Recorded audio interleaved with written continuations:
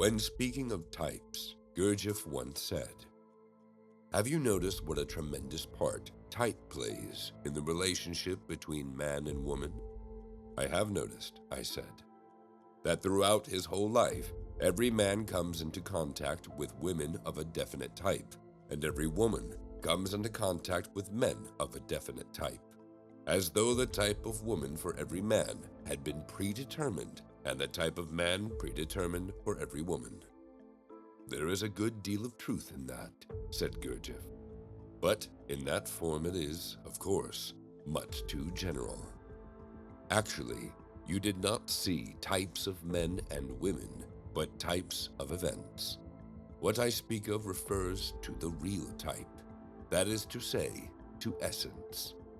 If people were to live in essence, one type would always find the other type, and wrong types would never come together. But people live in personality. Personality has its own interests and its own tastes, which have nothing in common with the interests and the tastes of essence. Personality, in our case, is the result of the wrong work of centers. For this reason, personality can dislike precisely what essence likes, and like what essence does not like. Here is where the struggle between essence and personality begins. Essence knows what it wants, but cannot explain it. Personality does not want to hear of it and takes no account of it. It has its own desires, and it acts in its own way, but its power does not continue beyond that moment. After that, in some way or other, the two essences have to live together, and they hate one another.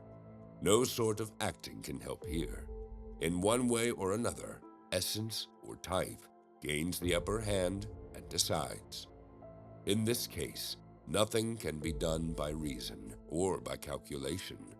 Neither can so-called love help, because in the real meaning of the word, mechanical man cannot love.